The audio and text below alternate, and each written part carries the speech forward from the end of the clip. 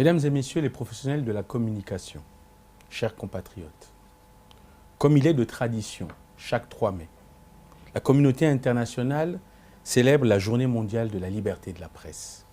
Cette journée est l'occasion pour les gouvernements, mais surtout pour les professionnels de l'information, de réfléchir sur les problématiques liées à l'amélioration de l'écosystème communicationnel. Aussi, devons-nous, ensemble, profiter de cette journée pour redéfinir l'orientation que nous voulons donner à notre domaine d'activité dans sa mission régalienne d'informer, d'éduquer et de divertir.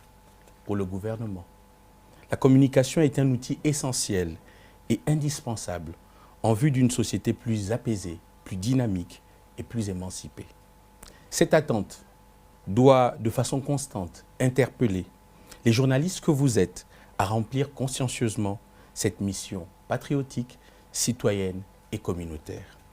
En célébrant cette journée, nous devons chacun, à son niveau de responsabilité, nous approprier la relation de causalité entre liberté de la presse et paix sociale.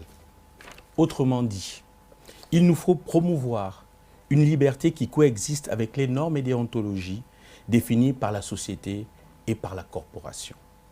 Ainsi, la liberté en tant que valeur ne peut s'accommoder du principe de tout ou rien, mais davantage doit être en rapport avec le niveau d'émancipation des consciences lié à son contexte d'action. Elle doit donc, à ce titre, s'évaluer par degrés, contrairement au principe de l'universalisme analogique, usité par certaines rédactions aux antipodes des conjectures historiques, culturelles et sociologiques de notre pays. La vérité universelle étant par ailleurs relative à bien des égards, l'information l'est tout aussi. Il convient de rappeler que les plus hautes autorités de la République gabonaises sont fortement attachées au principe de liberté de la presse, qui doit permettre à notre société de développer une masse critique en favorisant l'éclosion d'une conscience citoyenne plus mature et fertiliser le débat public.